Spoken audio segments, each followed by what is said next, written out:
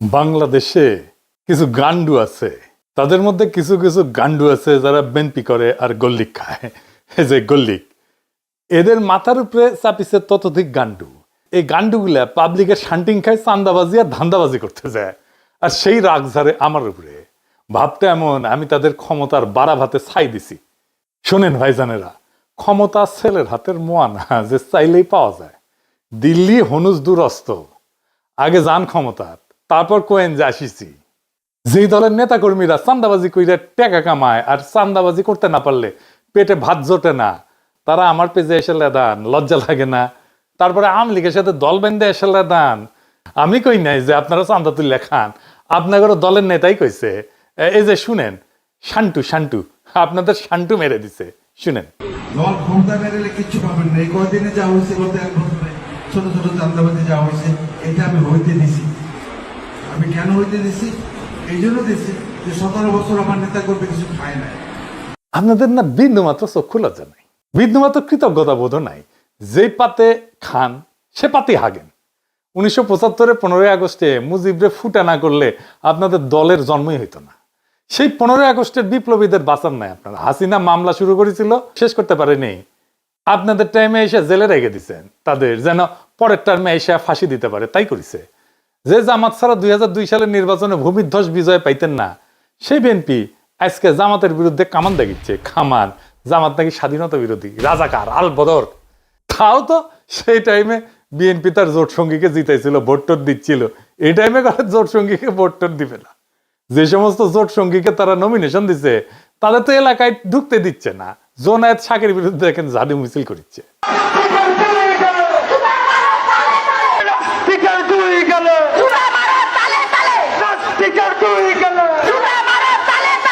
Junayed শাকিরের nomination দিবে BNP, তাই মানে তাতেই ওদের পুচ্ছে আগুন ধরে গেছে। নূরের পটুয়াখালীতে নমিনেশন দিয়েছিল বিএনপি, তারপরে নূর গেছে এলাকাত ক্যাম্পেইন করতে। এলাকায় বিএনপি নেতা কর্মীরা ওরে অবরুদ্ধ করে রাখছে। যতগুলো আসন বিএনপি তার জোট সঙ্গীদের দিবে না, সব কটাই একই ঘটনা ঘটবে, আর ওই আসনগুলাই হারবে বিএনপি। যাই হোক, যেটা নিয়ে আলাপ শুরু করবো কইছিলাম, কি ঘটিছে গত পরশু সেটা নিয়ে কথা বলি। কেন ওয়াকারের চোখে অশনি সংকেত দেখেছি আমি পরশুর ঘটনা, ক্যান্টনমেন্টে যেটা ঘটেছে। ঢাকা ক্যান্টনমেন্ট থেকে 46 ব্রিগেডের 8টা এপিসি মুভ করে জিয়া কলোনি থেকে বাইর হয় 11ই অক্টোবর রাতে 1:30 থেকে 2টার মধ্যে ঘটনাটা ঘটে। 4টা বাইর হয় আর 4টা বাইরে থেকে ভিতরে ঢোকে। এপিসি মানে জানেন তো, আর্মার্ড পার্সোনাল ক্যারিয়ারে, যে এটা এইগুলা এক একটা এপিসির সাথে 2টা করে জিপ বোঝাই সৈন্য ছিল। তার মানে একটা সময় 8টা এপিসি আর 16টা জিপ মুভ করেছে সিভিলিয়ান এলাকায় ক্যান্টনমেন্ট থেকে বাইর হয়ে। শুধু এইটা না, একই সাথে এয়ার ডিফেন্স আর্টিলারির সামনে ট্রুপস ডিপ্লয় করা হয়েছিল। জড়ো হয়েছিল ট্রুপস, কি কামে আর্মি জানে। 2 নাম্বার, আর্মি চিফের বাসার সামনে এক্সট্রা ট্রুপ ডিপ্লয় করা হয়েছিল, স্বাভাবিকের চাইতে বেশি। কেন আর্মি জানে। 3 নাম্বার, ক্যান্টনমেন্টের রাস্তায় যে ব্যারিকেড থাকে না, দেখেছেন তো যাওয়ার সময় ব্যারিকেড থাকে, ও ব্যারিকেড গুলো সরাই ফেলা হয়েছিল। ব্যারিকেড সরানোর মানে হইতেছে যেন দ্রুত ট্রুপস এবং যানবাহন মুভ করতে পারে। এটা ছাড়া তো আর কোনো কারণ নাই। আমি এটা যেভাবেই হোক খুব অথেন্টিক সোর্স থেকে জানিছি, এটা লাইভ করি, এবং আমি আশঙ্কা করি যে এটা একটা কু অ্যাটেম্প হইতে পারে। কেন এটা কু অ্যাটেম্প হইতে পারে? এটা 111 যে হইতে পারে, এটা তো বিএনপির মির্জা ফখরুল বহুবার বলছে। এই যে দেখেন পত্রিকাত বাড়িছে, এইটা সাহেব শুনে দেন নিজের মুখে কি কইছে। আমি সব কথা সব জায়গায় খুলেও বলা যায় না, কিন্তু আমি আশঙ্কা করি যে আমরা যদি ঐক্যবদ্ধ না থাকি, আমরা যদি সতর্ক না থাকি, তাহলে কিন্তু 1-11 মতো ঘটনা ঘটা এখানে অস্বাভাবিক কিছু নয়। 111 তো কুই ছিল নাকি? তো নিজের দলের নেতা 111 এর কথা কয়, আর আর্মি কুয়ের সম্ভাবনার কথা কইলে বিএনপির লোকেরা হাসাহাসি করে। মানে কই যায়। তা আমি এটা নিয়ে একটা লাইভ করি, কই যে এটা কুয়ের একটা প্রচেষ্টা হইতে পারে। আর রাস্তায় নেমে আসতে বলি ছাত্রদেরকে, যদি রাস্তায় এপিসি নামায়। যাইবার কিছুক্ষণের মধ্যে আমরা জানানো হয় যে সোর্সেই হোক যে এটা একটা রুটিন এক্সারসাইজ, এবং আমি সাথে সাথে ব্যাখ্যা করে পোস্ট দিচ্ছি এই যে এইটা। তারপরে তো শুরু হইলো ট্রল, এক একজন এক এক কথা কয়। ইন্টারেস্টিং হইতেছে, যেমন কেউ কেউ কইতেছে আমারটাকে লোক আসে নাই, যদিও আমি ব্যাখ্যা করে দিছি যে এটা আর্মি থেকে জানানো হয়েছে যে এটা রুটিন, এটা এক্সারসাইজ, রোটেশন হইতেছে। তো কয় যে আমারটাকে লোক আসে নাই, তো ভালো কথা। আবার একই লোক আমারে কয় যে আমি মবস্টার, তা আমার কথায় যদি লোক না আসে তাহলে আমি মব কেমনে তৈরি করি? আর আমি যদি মবই তৈরি করি তাহলে আমার ডাকে লোক আসবে না, এটা কেমনে হয়? হ্যাঁ, আমার ডাকে লোক আসে নাকি আসে না সেটা তো প্রমাণ হবে রাজনৈতিক লড়াইয়ের মাঠে। আমি তো রাজনৈতিক দল করি না, আমার কোনো দল নাই। যাদের দল আছে তাদের ডাকে কেমন লোক আসে ওটা আমরা দেখেছি, ওই অ্যাডম আমরা দেখেছি গত 17 বছর। খালেদা জিয়ার বাড়ির সামনে বালু ট্রাক সরানোর লোক পাওয়া যায় নাই। হ্যাঁ, আর এখন হ্যাডমের একেবারে হারকিলিস হয়ে গেছে, অফিসের সামনে কর্মীর চাইতে পুলিশ বেশি থাকতো, দেখেছেন? সাধারণ মানুষকে রাজনৈতিক কর্মসূচিতে সম্পৃক্ত করার, আকৃষ্ট করার ক্ষমতা একজন রাজনৈতিক দলের বাইরের ব্যক্তি হিসেবে খুব অল্প কয়েকজন মানুষের আছে। খোদা তাআলার কৃপায় তার মধ্যে তালিকার নিচের দিকে হইলেও আমার নামটা থাকবে, একদম শেষ দিকে হইলেও থাকবে। কতদিন থাকবে জানি না, যতদিন সাধারণ মানুষের কথা বলবো ততদিন তো থাকবে, আশা করা যায়। আর ওই শক্তি যখন মাঠে দেখাবো তখন ওই ঠাপের ব্যথা 1 সপ্তাহ যাবে না, কলে কয়ে দিচ্ছি সব জাউরাগুলোকে। যাই হোক, এখন আসেন দেখি কু করতে কত সেনা লাগে। মুজিবরে ফুটা করতে সাকুল্যে 300 সোলজার গেছিল, জিয়াকে হত্যা করতে গেছিল মাত্র 40 জনের একটা দল। একটা কু করতে বেশি লোক লাগে না রে বেকুবের বাচ্চা গান্ডু। বাংলাদেশ ঘর পরা গরু, তা আমরা সিঁদুরে মেঘ দেখলে ভয় পাবো। 8টা এপিসি আর 16 জিপ সৈনিক যে কোনো দুর্ঘটনা ঘটানোর জন্য যথেষ্ট। নিজেদের একটা নৌবহর শান্তির সময় এক জায়গা থেকে অন্য জায়গায় গেলে শত্রু দেশকে ইনফর্ম করে সেনাবাহিনী, সিভিল প্রশাসনকে না জানায় গভীর রাতে এপিসির মুভমেন্ট, এটা কোনোভাবেই গ্রহণযোগ্য না। সোজা কথা, ফুল স্টপ। আমার আশঙ্কা যে এটা ওয়াকার একটা পরীক্ষা করেছে যে আমরা কেমন রিয়াক্ট করি। গান্ডুদের আফসোস যে এটা কেন পিনাকে আগে জানলো, তারা কেন জানলো না আগে? আগে জানবো কেমনে রে বেকুবের বাচ্চা, তোরা তো নিজের দলের নেতাকেই রক্ষা করতে পারিস, তোরা তো ঘুমেছিল যখন জিয়াউর রহমানকে খুন করে, হত্যা করে। চট্টগ্রাম ক্যান্টনমেন্ট থেকে ওই চট্টগ্রাম সার্কিট হাউস, এটা 10-11 মাইল না 12 মাইলের মতো না? এই 12 মাইল আসলো একটা গ্রুপ সন্দেহজনক ইয়েতে, কেউ খেয়াল করলো না। এই তো হইতেছে ইন্টেলিজেন্স। তো ঘুমেছিল কে তোরা?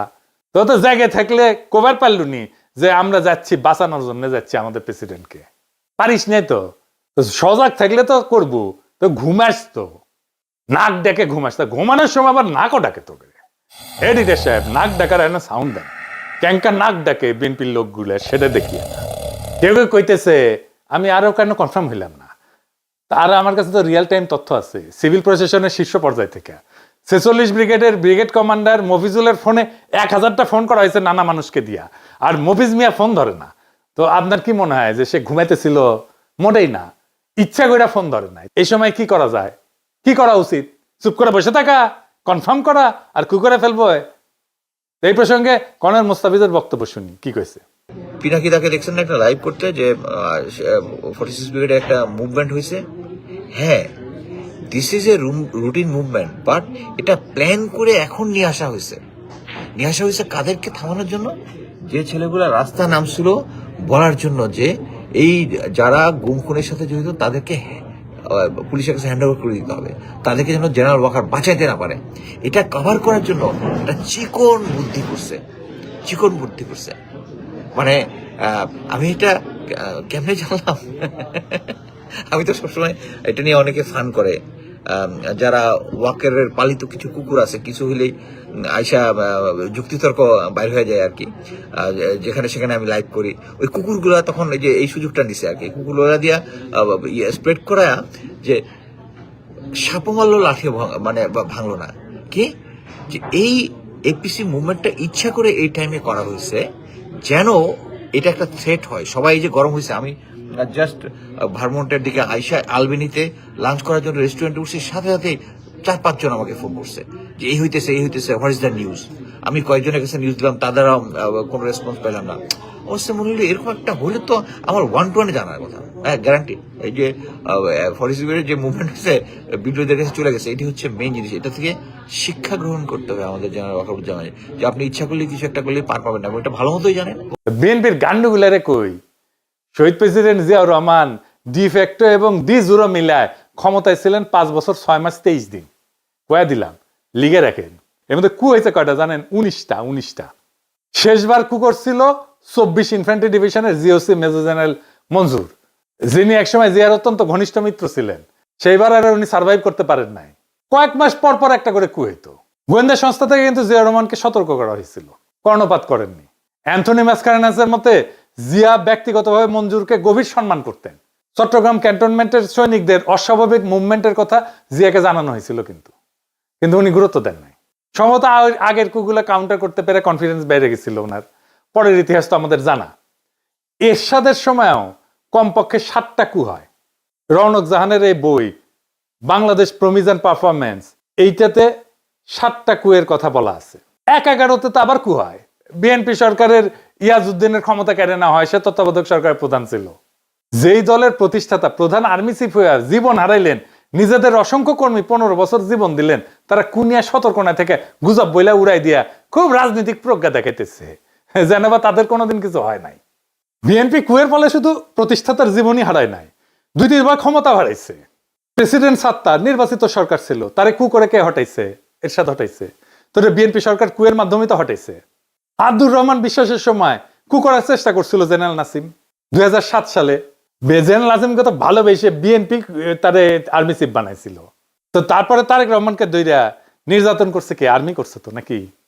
এই আর্মিরাই তো ম্যাডামকে মনিলরের বাড়ি থেকে বের করে ওই বাড়ি মাটির সাথে মিশিয়ে দিছে।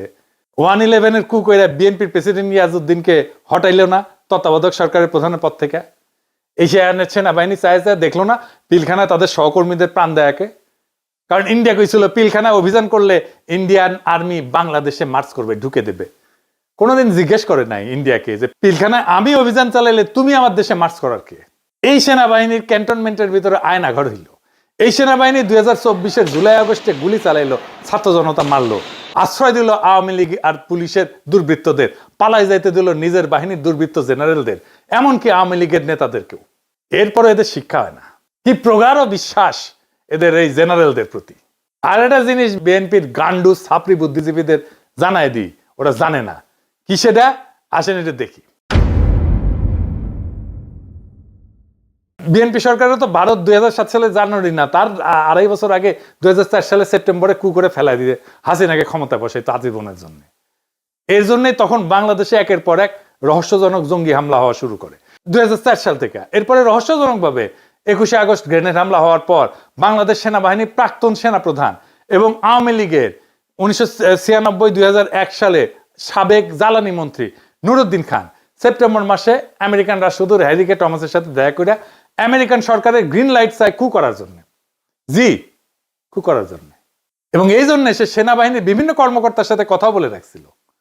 আমেরিকান রাষ্ট্রদূত এরপর তৎকালীন বিএনপির স্থায়ী কমিটির সদস্য লেফটেন্যান্ট জেনারেল অবসরপ্রাপ্ত মাহবুবুর রহমানের সাথে দেখা করে এবং এই বিষয়টা জানায়।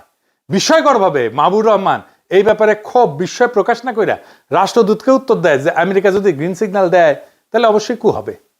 হ্যাঁ, বিএনপির নেতা সে বলতেছে কু হবে। তিনি তার নিজের দলের প্রধানমন্ত্রী খালেদা জিয়াকে সেই মিটিং এ তুচ্ছতাচ্ছিল্য করে কথা বলে। এই হচ্ছে বিএনপির নিজেদের ভিতরের ঐক্য। আর এবার যদি কইতো তাহলে বিরানি আমলম, কচু খেতি, ওয়াকারের পথবালক কেউ আগায় আসতো না। উল্টা এরা জেনারেল মাহবুবের মতো বিএনপিকে গালিগালাজ করতো।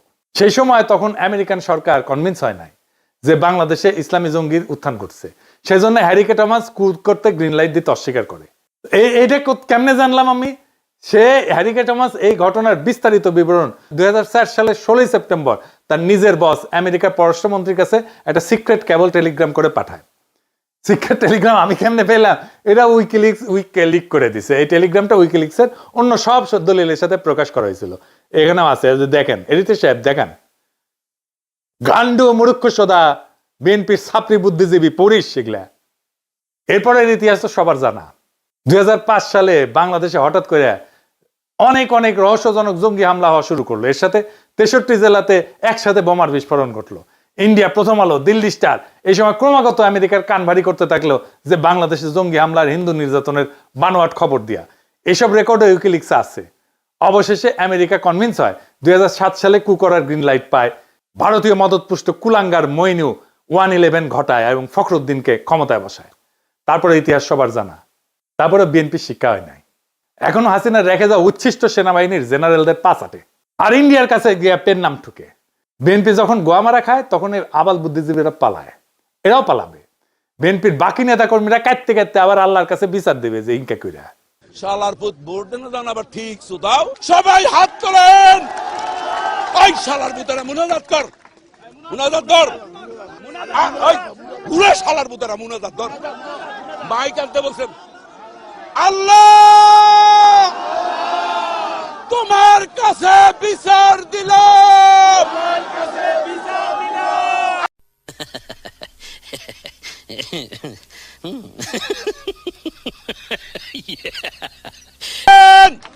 আল্লাহর কাছে ওই শালার বুতারা দেন শালার বুতারা আরে বাড়াই দাও হয় না আল্লাহর কাছে বিচার রইল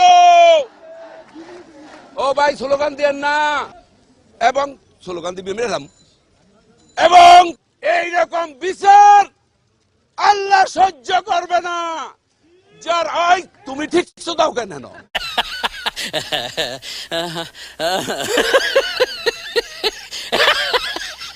আমরা হাসিনারে হটাইছি কিন্তু সিভিল মিলিটারি ব্যুরোক্রেসিরে হটাইতে পারি নাই। এটাই জুলাইয়ের ব্যর্থতা। যারা হাসিনা শাসনে খুঁটি ছিল তাদের নিয়ে আমরা তেমন কিছু করতে পারি নাই। খুবই অল্প আমলাদের বিরুদ্ধে মামলা হয়েছে, বেশিরভাগ পলাতক আমলাদের বিরুদ্ধে মামলা হয়েছে, অথচ তারা আতঙ্কে ছিল অক্টোবর পর্যন্ত 2024-এর। সাম্প্রতিক সময়ের একটা ঘটনা বলি, রাজনৈতিক ঘটনা। 2016 সালে এরদোগানের বিরুদ্ধে কু করার চেষ্টা করলো সেনাবাহিনীর আলট্রা সেকুলার অংশ। বাঙ্গুল্যান্ডের আলট্রা সেকুলাররা কিন্তু খুব খুশি হয়েছিল তখন। এরদোগান পাওয়ার কনসলিডেট করে যারা প্রত্যক্ষ এবং পরোক্ষভাবে কুয়ের সাথে যুক্ত ছিল তাদের মেরুদণ্ড একেবারে ভেঙে দিছে, তামা তামা করে দিছে, গুড়া গুড়া করে দিছে হাড্ডি। প্রায় 10,000 সেনাবাহিনীর অফিসার আর সৈন্যদের চাকরি গেছে, জেল হয়েছে। তদন্তে 20 লাখ লোককে জিজ্ঞাসাবাদ করা হয়েছে, সিভিলিয়ান আমলা সহ 1.5 লাখ লোকের চাকরি গেছে, জেল হয়েছে। এত লার্জ স্কেলে সিভিল মিলিটারি ব্যুরোক্রেসির পার্জিং আধুনিক কালে আর কোথাও হয় নাই। বাংলাদেশে এই একই কাজ করার দরকার ছিল। বাংলাদেশের মানুষের বিরুদ্ধে অপরাধ করার জন্য বাংলাদেশের সিভিল আর মিলিটারি ব্যুরোক্রেসির এভাবেই সাইজ করতে হইতো। খোদা তাআলা যদি তৌফিক দেন এই কাজ করব, দরকার হলে এরদোগান যে প্রসিকিউটররা দিয়ে এইভাবে সাইজ করেছিল তারে হায়ার করে নিয়ে আসবো বাংলাদেশে ইনশাল্লাহ। আমরা জানি 3 দিন আগে আইসিটি ওয়ারেন্ট ইস্যুয়ার করার পরে আর্মির টপ ব্রাস ক্ষুব্ধ এবং সম্ভবত শঙ্কিত। এই অবস্থায় আর্মির এত বড় একটা ট্রুপ মুভমেন্টের উপরে আমাদের নজর রাখতেই হবে দেশের স্বার্থে। এই মুভমেন্টে কোনো মিলিটারি চেষ্টা প্রস্তুতি হোক বা না হোক, সিভিল অ্যাডমিনিস্ট্রেশনকে এই মুভমেন্টের আগাম খবর না দেওয়াটা নিয়মের ব্যতিক্রম। এই মুভমেন্ট অত্যন্ত অস্বাভাবিক। যদি হঠাৎ দেখি যে একটা মিলিটারি কু শুরু হইতে চলতেছে, আমরা আমাদের সাধ্যমতো সেই কুকে ঠেকানোর চেষ্টা করব দেশের সাধারণ মানুষের সম্মিলিত শক্তি দিয়া। পারি না পারি অন্য কথা, বড়সড় কিছু ঘটার আগেই প্রিএমটিভ মেজার হিসাবে যা যা পদক্ষেপ নেওয়ার তা নিব। আপনারা এইটা বুঝে দেখেন কিভাবে আওয়ামী লীগ, বাকশালী আর বিএনপি আর কচু খেতি ওয়াকারের পদ ভালো একই সাথে আমার পিছে লাগে, একই সাথে। তার মানে এদের একটা ঐক্য আছে। ইন্ডিয়া, বাকশালী, আওয়ামী লীগ, ওয়াকারের পদ বালক, এরা সব এক গোয়ালের গরু। আমাদের ছাত্র জনতা জুলাই বিপ্লব করে হাসিনার ফ্যাসিস্ট শাসনের পতন ঘটাইছে। মনে রাখবেন, আমাদের ক্ষমতা আছে কু ব্যর্থ করার।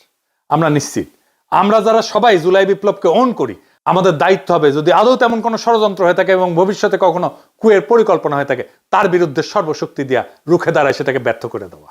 এই কু ব্যর্থ করার লড়াইও হবে আমাদের বিপ্লবের অংশ। এই বিপ্লবকে রক্ষা করার দায়িত্ব আমাদের সবার। ইনকিলাব